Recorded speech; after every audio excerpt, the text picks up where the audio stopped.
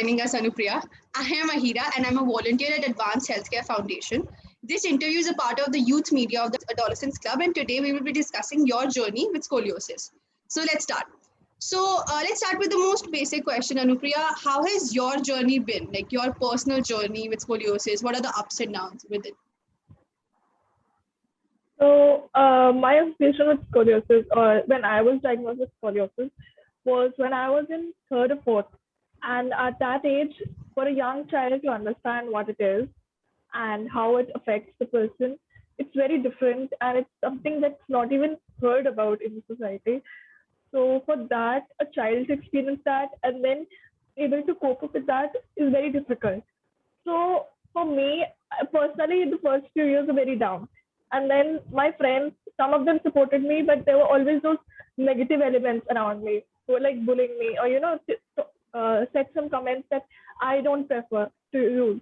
So I felt down, but over time, I understood that it's a part of me, it's a part of who I am, and I need to accept it and move forward. So scoliosis for me has been an upbringer as well as a downbringer.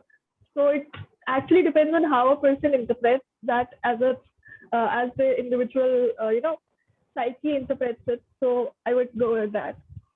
Right. So you mentioned in like even in the beginning itself that you faced a lot of backlash and stigma. So how did you deal with that, and what kind of stigma exists out there for a person who's going through this journey as well?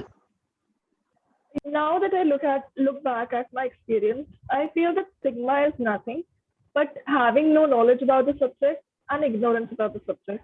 If one is aware about what the thing is and how to deal with it, I don't think so there'll be any stigma attached to it. So for me, I believe that I used to wear a Milwaukee brace that I had to wear 23 by 7. That's 23 hours, 7 days a week. So people did not know about that, and I had to wear it everywhere. So they stared at me and they looked at me as if I was different.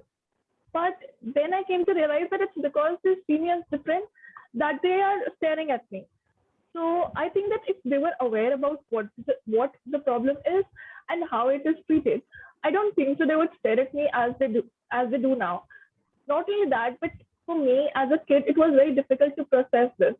And my friends also tried to help me, but then there were always those negative elements who were passing comments or bringing me down.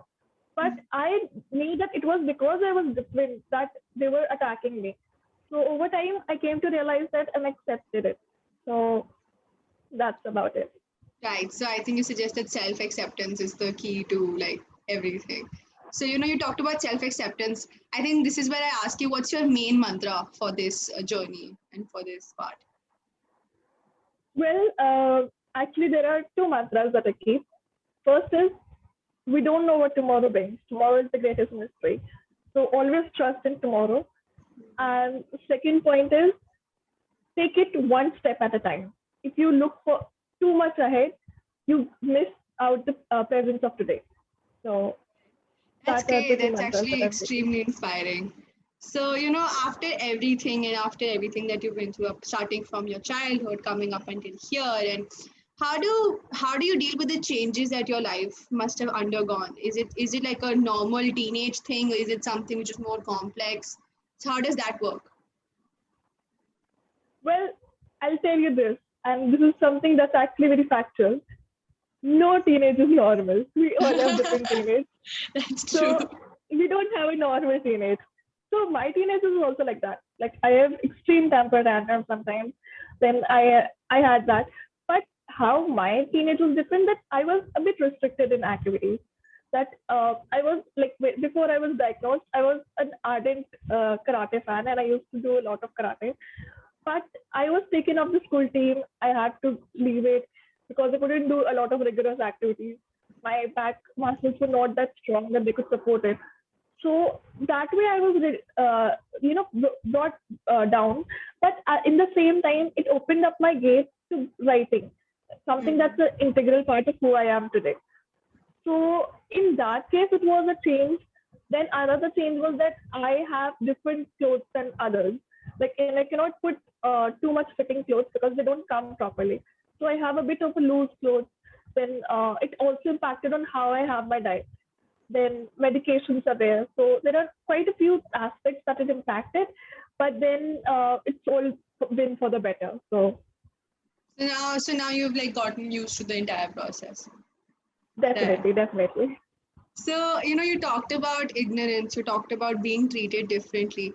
What has, apart from your great mantras, that is, by the way, what has been your one support system for, hope and optimism for you? What has been the beacon of that? That's something you turn to when you feel like, okay, this is getting tough, and that thing or that person gives you a lot of strength. Who's that, or what's that? Personally, it's been my family, but if you talk about a beacon or someone who's very iconic, who I've seen suffer from sex scoliosis, you might be surprised to know this, but there are two very famous people who suffer from scoliosis. One of them is Usain Bolt from Jamaica, who's Wow. literally the world's fastest man. Right. So I know now nothing can stop me. And secondly, it's been actually Hrithik Roshan, who's one of my inspirations for dance. So he's a brilliant dancer and he's never let scoliosis stop him. It's nothing, it's not an impediment that it can stop you from achieving success. It's just a hurdle that you must learn to overcome. We all have different hurdles. Some are small ones, some are big ones. So this is one of them and we must know how to overcome it. That's it. Definitely. This is also a great piece of advice for the people who are listening and going through the same journey.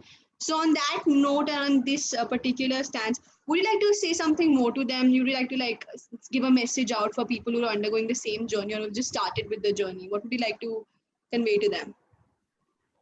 For them, I would say this: stay strong. It's the biggest thing you can do.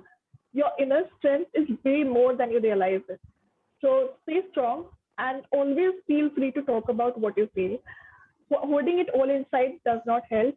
Just feel free, open up, speak, and make sure that your voice is heard. That is all I say to them. Right, that's great. That's literally really empowering and inspiring. So another thing, we can't help but question the stigma and the society's behavior towards this particular condition. So there are a lot of times that what I mean is a lot of times that people don't understand how to react. They don't mean an ill intention. So how can people around you be supportive and empathetic? How can they be welcoming towards this? How can they not be ignorant? What are the ways that they can choose in their everyday lives, of course? So for them, I would say this: just research a bit about what the disease is, what the person is going through, and and give them a shoulder to lean on. They need support at this moment because they are themselves processing it, and they themselves are learning about it. They themselves are knowing about it because this is something that's not common. So firstly, that is very important, and after that, also you need to be conscious about not using terminology that may be demeaning to them, in the sense that many people use the term hunchback, and that gives a negative connotation to this disease. It's actually a part of the disease, but when you use it as a negative connotation, with a negative connotation, it actually hurts the person. So instead of using such words, try to be a bit more respectable with your language and be there to support them, listen to what they're going through, and if they need help, provide them help. That's literally all you need to do to be a good ally of scoliosis warrior. That's amazing. And Anupriya, what else do you have in store for you in future, if you don't mind me asking? Well, currently the disease is being progressed, and I'm hoping to do a lot with my work. And I've actually been working towards getting an admission to DU since I just completed my 12th. And believe me, scoliosis doesn't stop your life. It's just the beginning, and you need to do your best to make it a successful life. So That's that's it. amazing. That's amazing. Thank you so much for joining us, Anupriya. I would like to thank you on the behalf of Youth Media of Adolescents Club of Advanced Healthcare Foundation. And this has been a great conversation. It was an amazing opportunity, and I would surely love to contribute more.